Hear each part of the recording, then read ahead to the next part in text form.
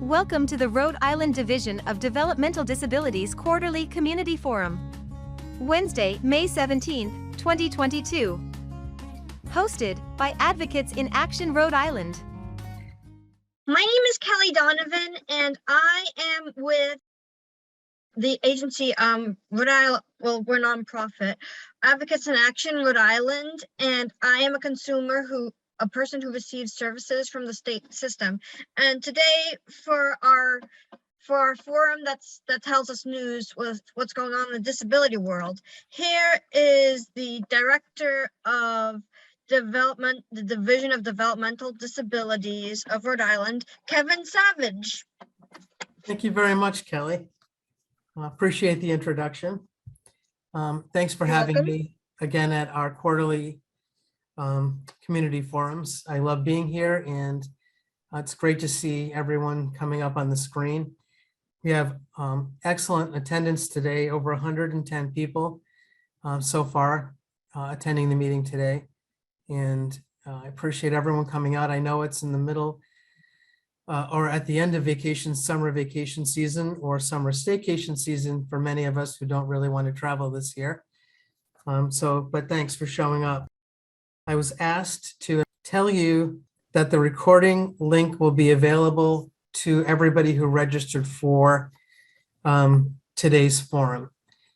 That's all I really know about it. People are telling me how to say it, but I didn't quite get the details of it, but the link will be available, and I think it will be sent out if you need it sent to your email. Is that correct, Deb? The link will, and you'll hear different links mentioned in the when they speak, and you'll get those also. You'll be able to see, like, oh, here's what they were talking about. I can click here and see it. Yeah, so you don't need to request it. It will automatically go to you and be accessible to you.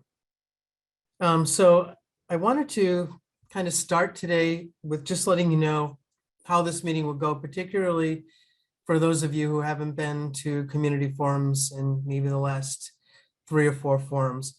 The state will go through a number of updates so that you get the information that's new since the last forum. And then what I want to do is open it up to questions from the community, or even things that you might want to share with the rest of the community so that we're hearing from you. The purpose of today is so that we're interacting with each other and hearing from each other. I received a list of community forum sort of responses on what do you want to get out of it. So a number of people said that what they wanted to get out of it is really to hear the updates, and then a number of people had things that they wanted to share or questions they wanted to ask. And I'm more than happy to spend at least half the time hearing from all of you.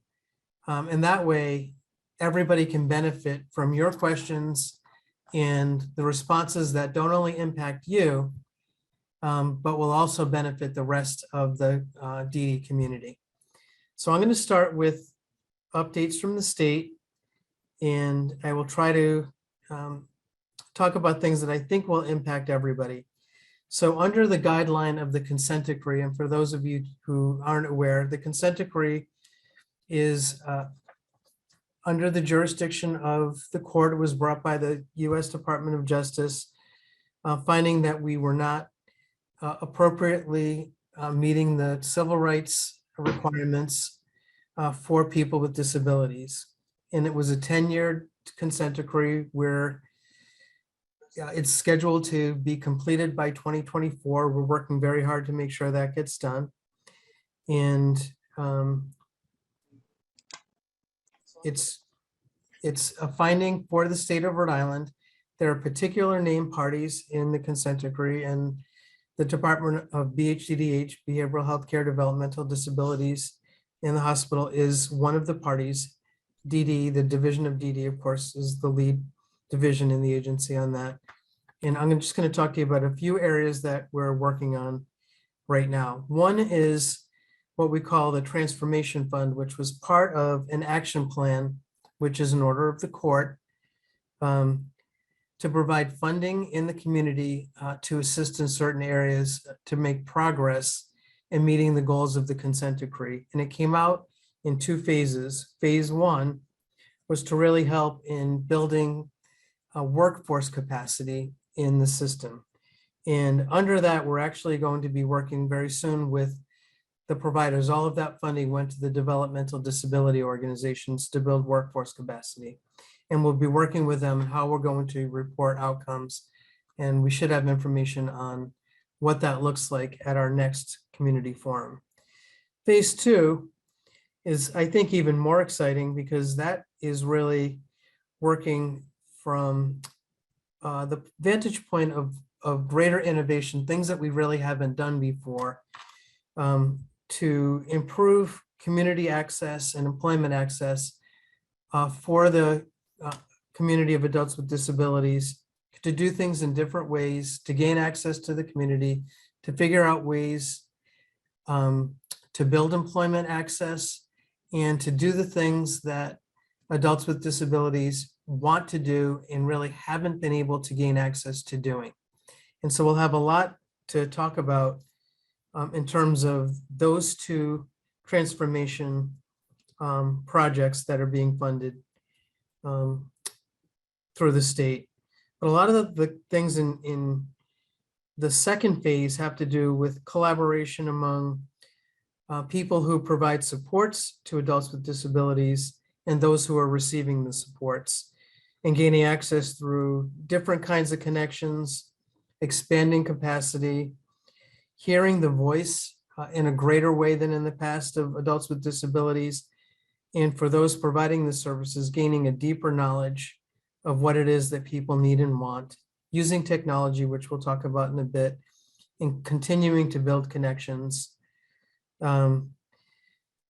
Talking about peer and family education and empowerment and workforce development that focuses in a deeper way on professional development for those who are providing supports and working with people who are engaged in self-employment. So a lot of exciting opportunities. That's just really the tip of the iceberg. There were all kinds of really wonderful proposals that came through. I think there were 28 in all, and each of them brought their own kind of special outlook that really focused on doing things in a way that, as I use the term innovative, but in a special way that really meets individual targets and specialized populations to bring things to the community that we haven't been able to do before. We're excited about being able to get this funding out. The money actually went out yesterday. We're excited that that's happened, and we're looking forward to progress that will come to the adult with disability community. So we can talk about questions about that at the end, but I just wanted to let you know where we are. Heather's going to give a brief update on the technology fund. Heather Mincy, who is the assistant director. Hello. So I just want to let people know that regarding the technology fund, there's a $2 million fund, which I hope at this point most people are aware of. We are still going through our first round of applications. We're actually in the period now where we needed to collect more information from individuals. So we're still working on getting back that information for individuals. And then we'll be sending out information to the agencies about what people were approved for and working with the providers to acquire that technology and get it out to individuals. We had our second technology forum last Wednesday. There's a link on the BHDDH website, so you can view that technology forum if you missed it. There's also frequently asked questions on that same web page. And thank you, Andrew. I believe you just put the link up in the chat box so everybody has that. We did update our frequently asked questions recently. So if you haven't seen them in a little while, you might want to take a look because there is some additional information in there.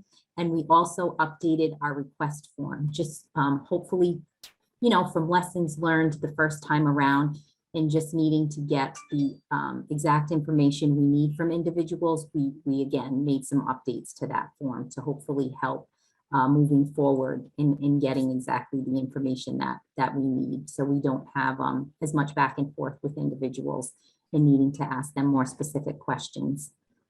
So I think that's all that I have. If there's questions, like Kevin said at the end, I can answer that. But there is a lot of information on that link that Andrew just said regarding the technology fund. Thanks, Kevin. All right, thanks, Heather. The next item on the agenda is the rate review. And this is a review of how we fund services through the state Medicaid program. We put out a request for proposal, an RFP, and brought on the Health Management Associates firm, which is the parent company for Burns and Associates.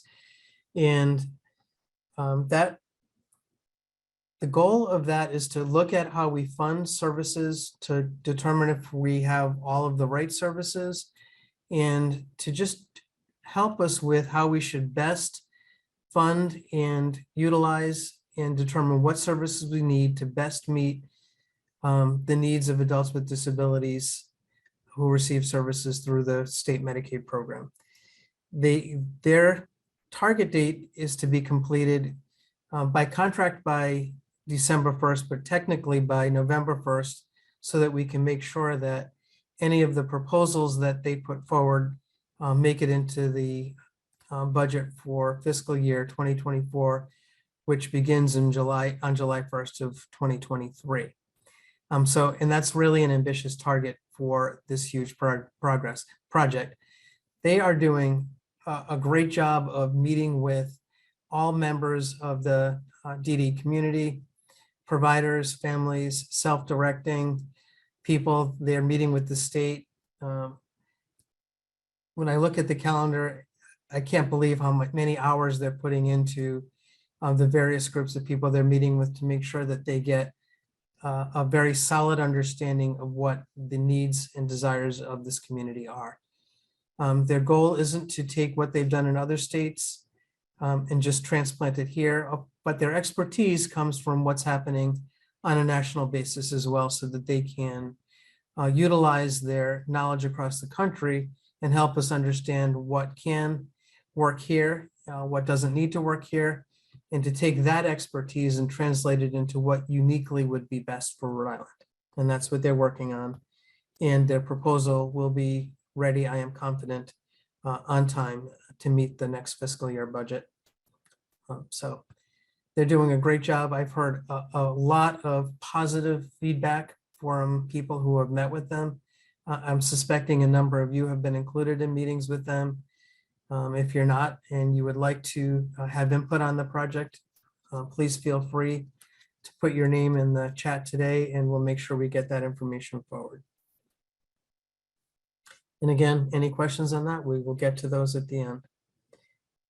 The State Workforce Initiative is a project that is designed to utilize all state agencies and partners who can impact increasing the workforce and helping to build not just the numbers of people in the workforce, but how we can improve the workforce to develop a workforce, DSPs, and people who work for agencies in general, the entire agency workforce, and the self-directing workforce, which in the past, I think, has just not gotten the focus that it needs to get in terms of what we need to make sure that as we grow the population who chooses to self-direct, how we make sure that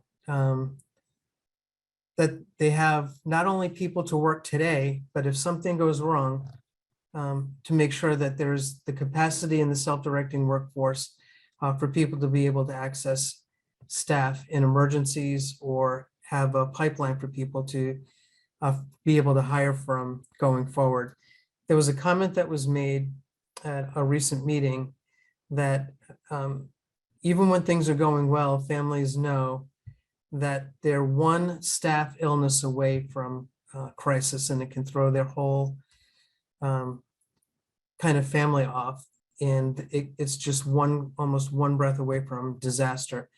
And what I think that we'd all like to see in the self-directing area is for people to not always be on the verge, meaning on the verge of a crisis or on the verge of anything could go wrong when that phone rings and you're always worried that it's going to be the person you're counting on calling in sick for a day, or even having a car accident, which might not be disastrous, but could put them out of work with a back injury for a few days, or any small event, or a family crisis that could say, I didn't anticipate something going wrong, but a parent has an illness and I need to take care of them. Things that go wrong in the workplace that a larger staff can cover for, but when you're employing individuals, it can be a disaster, and then an entire family is in crisis. So building that, we are working with a consulting firm called Sage Squirrel that, again, an RFP went out and they won the bid, and they're doing a fabulous job. They have tremendous expertise in the area of retention, but they're working hard with us. And they're also working with the ARC and Joanne Sochi's group on an initial phase of just getting a number of recruits into a pipeline, so that we can start to build the capacity to have people, and they're focusing on self-directing, to get people in the pipeline hired and ready for a workforce, so that we can really begin to build this capacity and ease some of the very difficult burden, particularly in the self-directing workforce. So that's where they're focused now. They will also work on the pipeline with providers, and then work. Their bid was for a 3-year project to work primarily the first year on this recruitment effort, and then move into workforce stabilization. They'll work with the statewide workforce initiative, which is also working on building standards for direct support professionals. That includes like higher ed, finding interns who can translate into workers going forward, building up supervision and a career kind of opportunity, so that we can begin to reduce turnover in the workforce as people look at working in this becoming providers for adults with disabilities into a career, and not just a short-term job where the turnover is intense. But people really look toward this, as it happened in the past, into building a career and sticking with this as a long-term opportunity. So that's where we are with that. So that's the consent decree. So I'm going to move off of that. One of the areas that we have really struggled with for years, and not merely because of the pandemic, although that exacerbated the concerns, but it's a long-term issue, is having a residential program that could account for and allow for timely transitions of youth coming into the program, adults stepping down from hospitals, and then the ability for people to move within the residential program when a person decides that they want to change residential programs, moving from one to another, and being able to do that in an appropriate amount of time. So we are working to build residential capacity to allow for that kind of flexibility and that kind of timeliness to move. And we'll get more detail on that. But one thing that we're working on particularly is a transitional home for youth with disabilities. And we'll work on exactly how that proposal is going to come. I should have significantly more information on that at the next forum, but we're excited about the opportunity to build into our system that capacity. Some of the transition to programs talk about capacity building in not only community, but other areas. And so we're excited to see some people collaborating on how that transition can be built. It can be built not only by building homes, but it can be built by moving people who are ready to exit residential care into supported living arrangements, or supported through other kind of community-based, outside, residential is community-based, but outside of residential programs, to other ways of gaining supports without having to be in residential programs. And that would open up capacity for people who need it and aren't able to access it right now. So working on a lot of things on that. but also building capacity where we don't have the capacity that we need right now, and we need to build that out. And so we're working on that. Brenda Duhamel is going to give an update on conflict-free case management and a brief explanation for anyone who's new here on what that is. Hi, good afternoon, everyone. So as you may or may not know, the state of Rhode Island is in the process of developing a strategic plan for the creation of conflict-free case management for all of long-term services and supports state. So EOHHS, the Office of Health and Human Services, and its state partners are working together on this plan. We're working with national experts and technical assistance providers on this strategic plan. So just very briefly, the role of case management that is conflict-free is in federal regulations, and what's required is that a conflict-free body do 4 major pieces of work, which is preparation and personal profile development or discovery, development of a whole life plan, referrals to both formal and informal supports, and then monitoring the implementation of that plan and following up. So we recently in July had 3 community forums to talk a little bit more about that with folks. And that presentation is available on a link that I will provide in a few minutes in the chat for you. So you can follow along with the slides on sort of what conflict-free case management is and how we're going about it. Our goal is that we have a strategic plan ready to be shared with folks by the end of August. So we're getting close. The strategic plan has been built off of a plan that a small work group that we sort of did here in the DD community put together, where we've built off that strategic plan. Once that plan is out, we'll spend time obtaining feedback, talking with the community about it, and then making any potential changes to that document, and then creating an implementation plan. So I will get that link to you in a couple of minutes so that you can all see what the presentation entailed and what else is going on. And that's a place that you can continue to go to for more information as it unfolds. Good. Thanks, Brenda. Jay McKay, who has been out on long-term leave, returned to a highly celebrated office return on Monday. We're delighted that he's back. We need him to be back, and he is here, and he's going to give an employment update for us. Thank you, Kevin. Good afternoon, everyone. There's not a lot to report on employment, considering I did just get back into the office this week. But just to let you know, the Administrator 3 position that is to replace Tracy as the lead of employment had to be reposted on August 11th, and it closes on the 20th. As most of you know, PSEP 3 ended on June 30th. I'm still waiting for a couple of final reports from the lead agencies, and once we receive those, we'll put together a report to share what the outcomes were, what we learned, what worked, what didn't work, and all that fun stuff. The third thing I have is we will be scheduling a meeting here at BHDDH to discuss how we're going to utilize the funds that were for PSEP in the past. The money is in the budget, so it will be used for employment services. That's about all I have. I will put my contact information in the chat if you need to ask me any questions or have any issues you'd like to discuss. Thank you.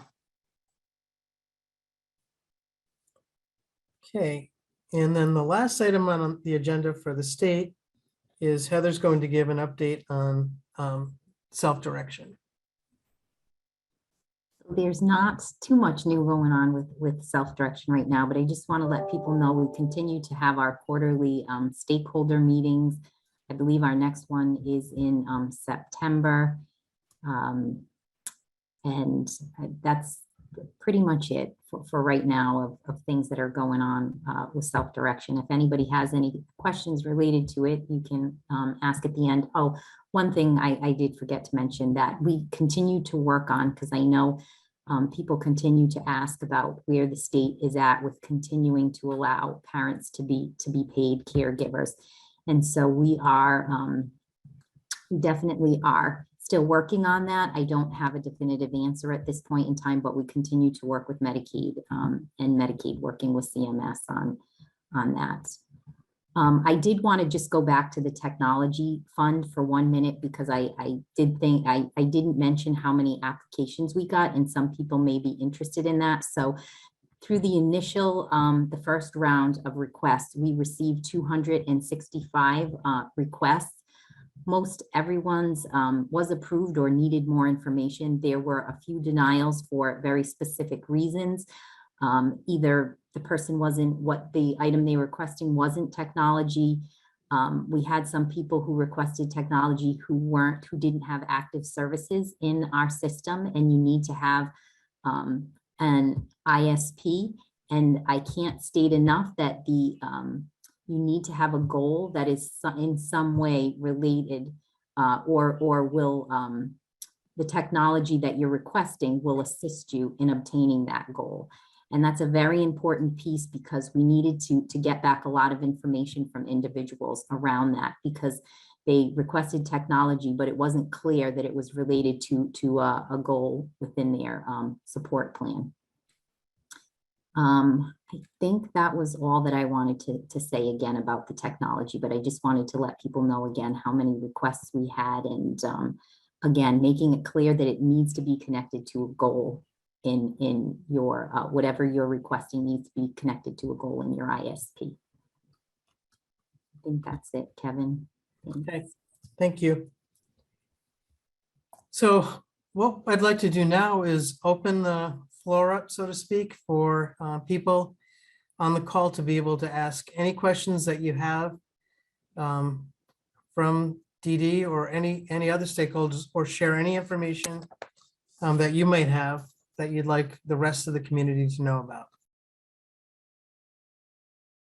Kevin, we have 3 that were in the chat while you were talking. Okay. That people can ask, or I can just read them because I copied them. Yeah, sure. If you could do that, that'd be great. So Ann Peters had 2 questions. One is there any review input time between Burns report submitted and state's budget discussion?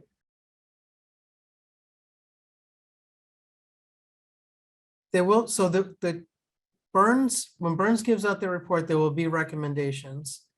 And yes, so I think, and I'll just defer to Ann on this. Are you asking if the community will have an opportunity for input? Or are you asking about input between the state budget office and Burns and Associates? Both. The question is, supposedly this has been a very open process, Yeah. pretty short time frame for community input. And so wondering, as the recommendations come forward, what opportunity will there be input from stakeholders at that point, and for the state to realistically incorporate them into the budget process, if you're saying that the deadline essentially has been moved up 30 days to accommodate the budgeting process? Yeah, thank you for asking that. The deadline was moved up to make sure first that it gets into the budgeting process, but also to make sure that there is time for feedback from the community, and that it didn't get put in so late that we couldn't hear from anybody. I'll just maybe state the obvious, but we know that there were problems when this came up last time. The date that I always hear is 2011. I wasn't here, but we don't want to repeat the same mistake. So we want to make sure that we get the information from Burns and Associates, that we are able to review it in a public manner. And so I think we're off to a good start on that, and we want to finish equally well. So yes, we will include the community in being able to give feedback on that before anything becomes official. So you anticipate some Zoom type meetings of this sort, or public meetings sometime in November? Yes. There'll be a public comment period. The next question, in between the one that Ann asked, was one from Michael Eddy. A note to our viewers. Unfortunately, we just lost the video feed for our ASL interpreter. While she was on screen during the entire forum, we were not able to record her services for the rest of the meeting. We apologize for the inconvenience. Please feel free to contact us if you need assistance accessing this portion of the forum at aina@advocatesinaction.org. Michael, do you want to ask her? Or do you want me to just read it? Hi, Deb. I'm really sorry I'm late, but at You least were fine. yeah, I was fine. The tablet didn't work on my Zoom, but well, when am I gonna get a new laptop and microphone so I won't be able to go home early and have meetings at the library? When will that? How long will that take? And you said in your, sorry, I'm interrupting you. You had said in your question that you signed up, you did the tech fund application. So that's part of the question. Okay. Oh yeah. And what do you think of my braces? Nice. They look good. Yeah. I really miss you guys a lot. We'll get back together soon, I promise. But so the question, who wants to, Heather? I can take that question, yes, Deb. So if you put your request form in for the deadline for the first submission, which the deadline for that was May 31st, if you got it in then, we were trying to get things out in June, but again, we've just, it's the first time we're doing this process, and we did have to get additional information from quite a few people, and so we're still working through that. Once we have that information, which we should hopefully within the next week, we'll be putting together the list to send out to the provider agencies and then working with them to purchase that technology that people requested, and then working to get that technology out to individuals. I can't give you a specific time frame because agencies might have different processes, and also if individuals self-direct, the FIs might do that a little differently. The agencies have to determine what's gonna, work best for them to distribute it. But it should be, it should be coming, and we will continue to update you about where we are in the process. We've been trying to send out emails to the people who have already put in their request for that first round to just keep them updated, and we will continue to do that. Yeah, And I Heather, understand. Being patient, I do appreciate it because I know people are very anxious. We get a lot of emails, and I can understand why. And we are working very hard to move it along and get people the technology that they requested. Yeah, we all get anxiety sometimes. So follow up to that, you're going to send it to the agencies, but the technology devices themselves, those are going to belong to the individuals. Is that true? Yes, or is it? they will. Okay, Yes. just to No, clarify. it Okay. won't be for yes. The agencies are just going to help us get them to individuals, and but yes, they will absolutely belong to the individuals who requested them. And I should also mention, because I didn't say this too, the next deadline for the request for the second round of technology is September 30th. I just wanted to make that known too. And again, all of that information is on our BHDDH website, and Andrew did put the link into the chat. So all the information that you need regarding the technology fund, you could find there. If somebody applied late for the first session, do they have to reapply, or is that automatically carry over to the? No, it would be put into the second request. Okay. Yes. So then there's another question from Ann, and then Rory had her hand up. I don't know if you still want to do it, Rory, but no. The next question from Ann was, while waiting for analysis of PSEP3 results, what funding is there for folks still hunting for employment? And that's again from Ann Peters. I can take that. PSEP was not the only funding for employment services. You can continue to utilize your authorizations through getting employment services through licensed providers. There's also ORS, there's a self-employment class and DLT grant. So there's blending and braiding.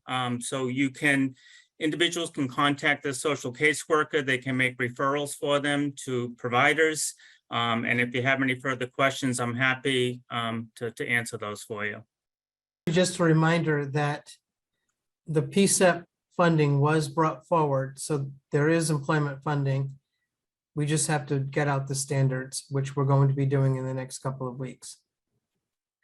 Yeah, I'm just asking Jay, and I'll follow up directly with you, is, it ended the end of June, and okay, what now in the interim? Because, there was a halt with ORS, or not a halt, but a switch in ORS support. So thank you. Yep, and if you want to give me a call, my number is 462-5279, and I'll put that in the chat. So the next question, this is going to go on the internet too, Jay, so everybody will call you. It's good. The next question, Tanya Blicker has her hand up. Tanya Blicker, Ukron. Hi, about the transformation fund or thing. You said, Kevin, that the notifications went out yesterday, or the money went out yesterday. Money went out, yep. But we didn't receive any emails or anything. What's your organization, Tanya? Rhode Island Cross Disability Coalition. Oh, yeah. So you probably got an email today for an appointment. The money went out to Medicaid providers. So if you're not a Medicaid provider, you didn't get any money yet. So we need to work with you on how we can get the funds to you. So Okay. You're correct. There were 4 or 5 agencies who didn't get funds based on not being a Medicaid provider. And I asked Cindy Fusco to set up a meeting for those providers who didn't get the funds yesterday so that we can expedite getting the funds to you and kind of work out whatever the kinks are that we can get taken care of for the last 4 or 5 agencies. So we'll help you with that. Okay. But yeah, thanks for reminding me of that. Okay, thank you. But I think it's going to be set up if it isn't already. And we just sent it to whoever the lead person was on the grant. So if it wasn't you and whoever the lead person is, if they want to include other people, they're more than welcome to include the whole group. But we sent it to the top people, the lead people on the applications. Okay. Thank you. You're welcome. So Ann, you can ask them live if you'd like, or I can read it. I'll read this one and then you can follow up. Is there somewhere to see what new programs are underway through this phase 2 of transformation funds? Well, I do have a spreadsheet, but I don't think it does justice to them. Let me just talk. So Andrew's on the call. I'm not going to put him on the spot, but let's see if we can get Andrew. Can I just say, can you and I work together to get some kind of comprehensive summary out that's better than the worksheet that I did, which was really for me to kind of target the money rather than I looked at it today because I kind of thought people would ask about that, but I don't think it would do justice to the grants, but I kind of anticipated people would want to know that as a group. So we'll work on that and get that out. And get that out at the DDD site, or? I think likely we'll post it on the website, but we can figure out what the best way to help people access it would be. But yeah, I think that it would be great for people to see them and see the range of innovation on them, which is really exciting. And, I thought about kind of mentioning, I did a few things today, but I don't think I think it would be great for people to be able to see the entire range and all the needs that the people worked hard on these applications, all the efforts that went into them, and the whole range of the needs that people are trying to meet through these innovative grants. So yeah, I would love to get those out. With, of course, part B being what sort of availability are these spots already spoken for, or are they looking to have more people participate in their upcoming programs? Yeah, so it varies. It depends on who the applicants are, but yeah, there's availability. That's the whole point. Yep, to make things available to people, depending on what the needs of a particular individual are. A number of them are pilots, so that it's not a do or die. It's let's see how we can start this out and make it a permanent part of what we do. There were a couple of questions in the list that people sent in that might be separate. So one of them is, what are the options for live, it says pro-social activities for members of the DD community? if anybody here has anything, or I don't know what you want to do with that, but that's one of the questions. I'm not sure if it meant pro-social, but it says that, so. So I'm gonna speculate that it means like proactive ideas for social options. Does that sound right? I don't know, because it didn't have a name with it, so I'm not sure who asked it, but it says, I mean, it might just be like, what can I do for socializing? I'm not really sure. I know you had said that you were going to see if anybody had any kind of things to share like that maybe, but that's what it says. You know, so It's kind when of you think of individualized. like the consent decree, there's a lot of focus on employment, but a lot of things on particularly the second phase of the transition was what do people want to do? And so for all of us, work is awesome. But what we really want to do is like, what else do you want to do? And so while we all love going to work, we like to get out and do fun stuff. And what does that mean to each individual? And I suspect that's what the person is asking. Like, what else can people do? Working is great and we want to get out and we want some employment, but we also want full lives. We want to do things that drive us to enjoyment and make us, if all you did was work, who the heck would have any fun? So, I mean, there's a handful of people who just like to work and we all know those people, but they're not always the most enjoyable people to be around either. So who has interests beyond work and what are those interests so that it makes you glad to go to work, because then it makes you glad to do something after work and have that full balanced life. And so a lot of what went into the second phase of the transition planning was, what do you want to do to access the community? And by that, it means, what do you just want to do to enjoy your life, to make it full, to make it active in a way that really meets your needs and kind of makes you feel like the full person that we all want to be. And at various stages of your life, that means something different when you're 22 than it does when you're 52. So, and at different phases of our lives, it means different things, and we can reevaluate that throughout our lives. It doesn't always have to be the same thing. We can try things, we can figure out we like them or don't like them, and that's true for employment. We can think we want to do something, and then we find out, I know a million lawyers who don't really like the courtroom anymore. So you can try things and then try other things. And I think that's part of the full life. You can try social activities, you can be in groups, you can do things independently. It's the full gamut of what the individual wants to do. And I mentioned at the beginning, I'm just going to pull it over again, but one of the themes that came out was hearing your voice. And I'm speaking specifically to the adults with disabilities, and gaining knowledge and understanding by the service providers of what the person accessing those providers needs. And that's really what it comes down to. It's great. We're going to build up the workforce, and that's what we really have to do. But it's kind of pointless to build up a workforce if they already think they know what they're supposed to do. The whole issue is, at the end, we're going to say it, right? Nothing about us without us. And so That we're was gonna keep wimpy. driving Come that on, theme. everybody. Oh, come on. It really has to be, as we build this up, to constantly being accessing that theme of making sure that we are engaging in what the adult with disability community needs. Not only needs, because there's some things people need, but also what do you want to do? And so if that's what you're asking with, what about your social lives? What do you want to do? How do you access a full life of work and play, work and enjoyment? I think that's really where we're heading, and I hope that's where we're heading. Both things. Two more questions. One is. I see Susan Birch. I just saw your hand. So if you didn't see that, Dan, just so you get Susan. Okay, do you want to It's ask you now, Sue, before you forget? Because I know that feeling. I worked 23 years at the school. And you have a social life too, right?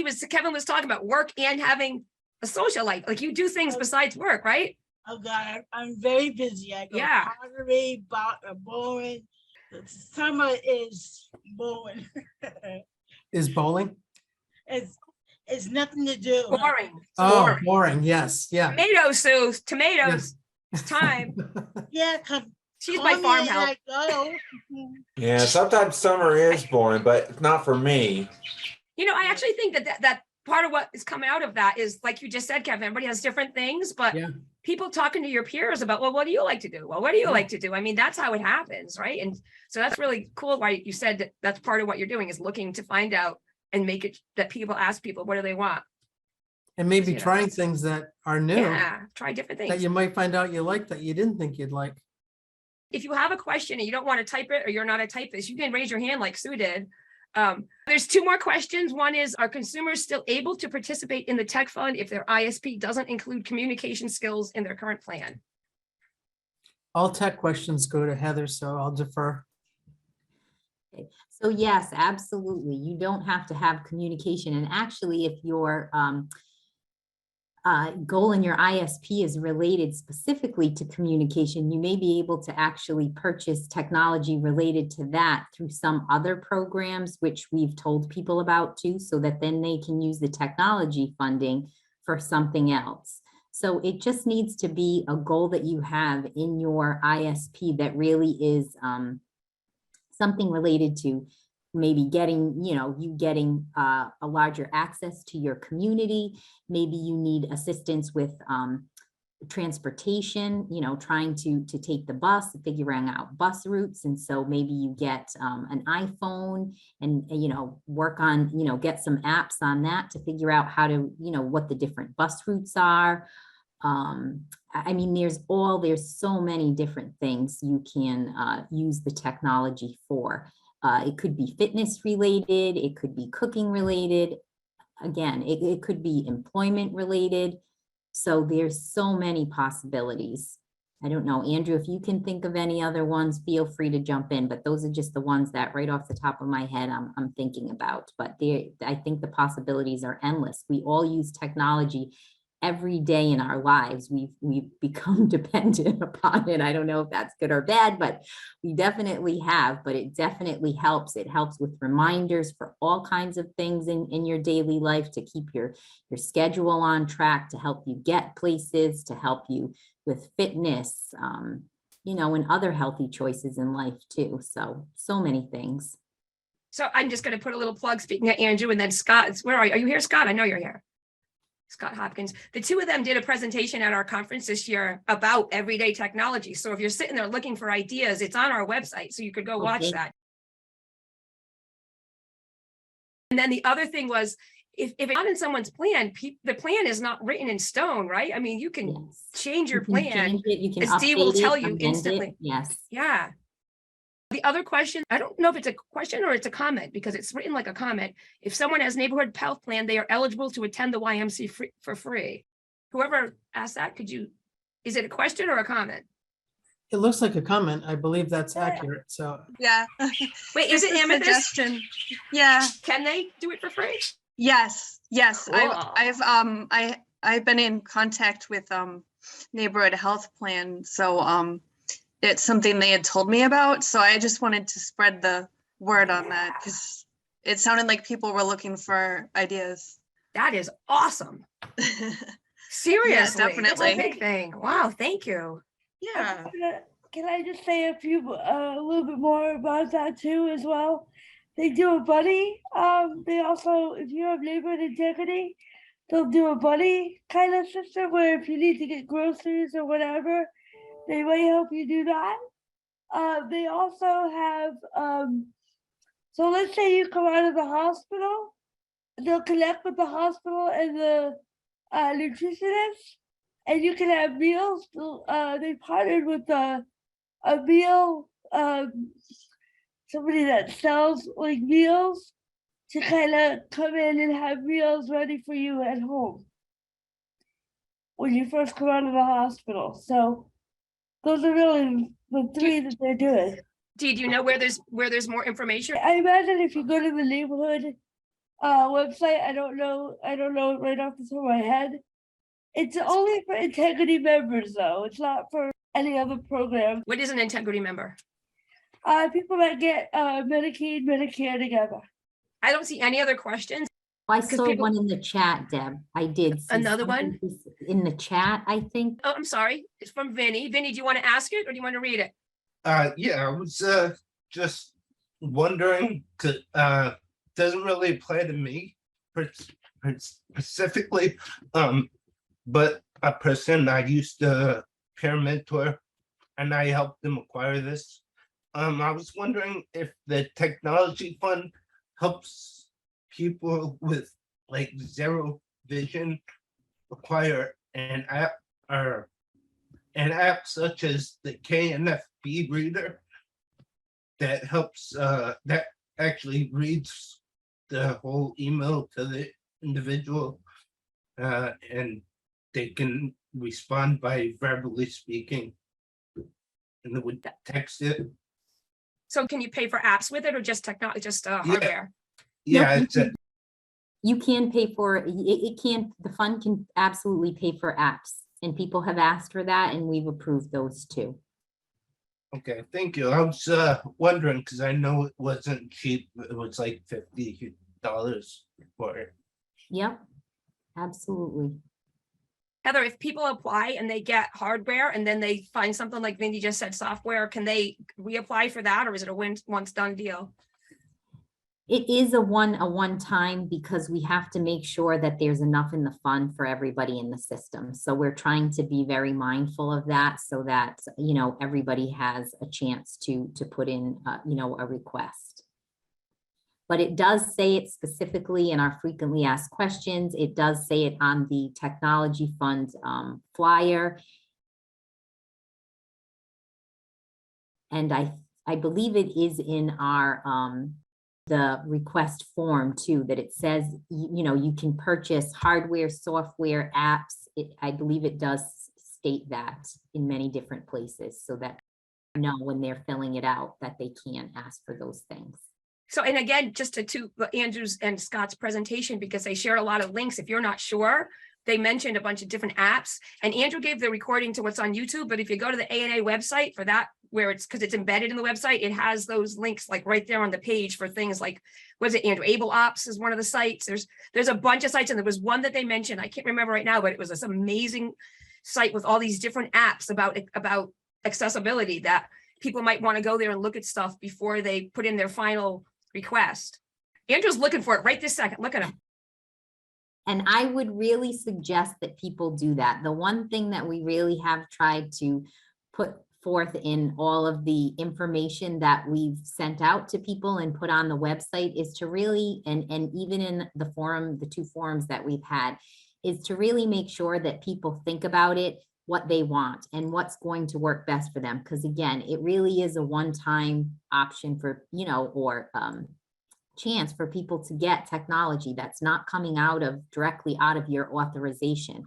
So you really should think about what's going to work best for you, what you'll get the most use out of, and what's really going to help you the most in your daily life to meet your goals. And not just think like, oh, I just saw this in the latest Target ad or Walmart ad, and I just want to buy that. It really should be, you know, a thoughtful process to think about what's really going to work for you so you can get the most out of it. Were there any other questions, comments, anything to share? I just texted Andrew, but I'll just say it out loud about the new technology training, like the peer training, because maybe that people could get some help. It's hard to figure out technology and apps, but we're ANA and Sherlock are collaborating with some training you might be able to take advantage of. If you need help, you know, if you're sitting there and you're like, I don't know what to get, you don't have to do it alone. We have people that will be able to help you. Sorry, Deb, I was looking for another link to put in the chat, so I missed your message.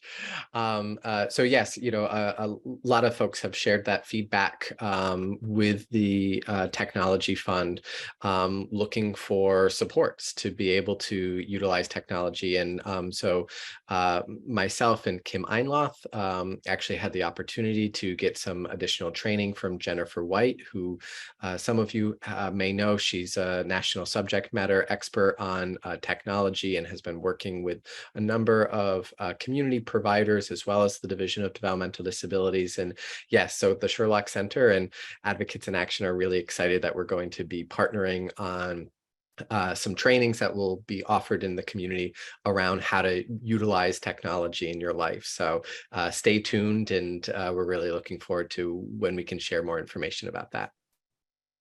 Thank you, Deb. Another one in the chat.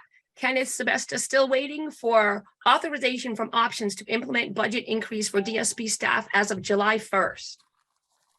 We'll look into that, Kenneth. I can't give you an answer for that today, but I'm just making a note of it right now. And we'll look into why there isn't an answer for that. And so we should be able to get back to you tomorrow. There's no other questions. If anyone has one, you can raise your hand, or Sue has another one. I am going to have a new phone, but I have to wait the people to okay. Did you use the technology fund? Yes, See, there you go. I got two things. I'm waiting for it. I think it'll be worth the wait. It's coming. Yeah. Yeah, oh I yeah. think so too, and thank you for your patience. I know people are waiting, and we do appreciate it. Appreciate your patience. Maybe we'll be able to get a newer version. I got the old junky phone. Oh, don't even Yeah. talk about, she's still, oh boy, her phone. Yeah. You type into it. Great for somebody who's not a typist. It's wonderful. We hate that phone. I just wanted to say that I put that information in the chat. And it's got all the information, but if you go to the link that says benefits, it kind of talks about all of the benefits that were mentioned. So All of the links that people have been sharing, when you watch the recording and you go just to the website, the links that are in there, you'll be able to click and say, oh, there's open that link, and you'll also just see it pop up as they're talking about it. That's all the questions that there seem to be. I don't want to end too quickly, so I'm letting it get quiet just in case it prompts someone to ask another question before we go. Or share any, you said share any, any Share any updates information. or news, or sing a song, or no, don't do that. Don't do that. Okay to end early if you don't have questions, but I wanted to, again, thank you. The sun's coming out, at least in Cranston, so I guess that's going to be true everywhere. Not that we don't need the rain, but it's always nice when it's sunny. Thank you, everybody, for coming. I'm going to tell you, we had a lot more questions this time than last time, so I appreciate your engagement. It's always great to see everybody. We will meet again. Deb, tell me when. Let's see, this is November. I'm just finishing complaining about the heat. By then it will be getting chilly. No, it's going to get hot again over the weekend, so it's not over yet. Oh, is it? Yeah. Yeah. So I'm not done yet. November 2nd. November 2nd? Yes. Yeah, second. Oh, that's good. So earlier in the month before the holidays get here. That's great. So we'll be able to talk about the Burns report. Likely, yes, we should be able to really, and that would be a great opportunity. And I bet Ann, you'll be the first one to read it, so that would be great. And maybe we can even have them come on the call. Mm-hmm. So that might be a good would people like to do that? Yes. That would be good. So why don't we do that? And I'll ask you, Deb, let's just ask Burns and Associates, we'll say it tentatively, to come on and talk to us on this call on November 2nd. Okay, Michelle. Michelle is the Michelle, yeah. coordinator of all things. Deb is just the comic relief. Well, now I know your role because that's my role. I could tell you that I'm going to do it, but you know it wouldn't actually happen. So thank you, Michelle. So we'll work on that together. All right, so that's good. So we have a kind of a fun plan for November 2nd. We'll look forward to that rate review being completed. And then, we answered a question that, are they going to be ready to talk to us? And we can be the first group to give them input. So that would be wonderful. So is there a way to send people a link to the report before the I mean, it's gonna come out on the 1st, but if people have registered, even on the 1st, we could, if it is ready, who knows? That's But- probably a premature question for me to Yeah, give yeah. any more Yeah, promises. okay. than I've already given. We'll just sing instead. I go back to the I'm singing. scaring the daylights out of Heather as it is. No.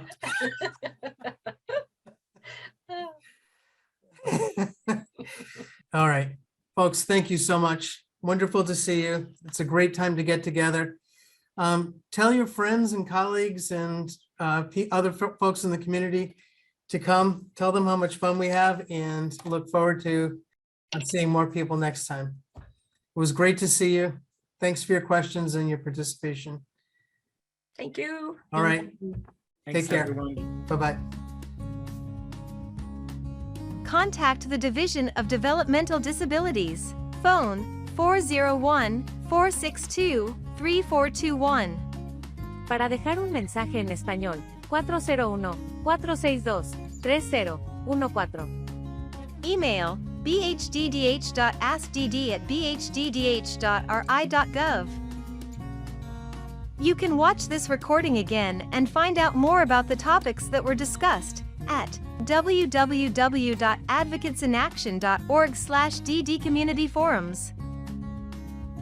Produced by Advocates in Action, Rhode Island, 2022.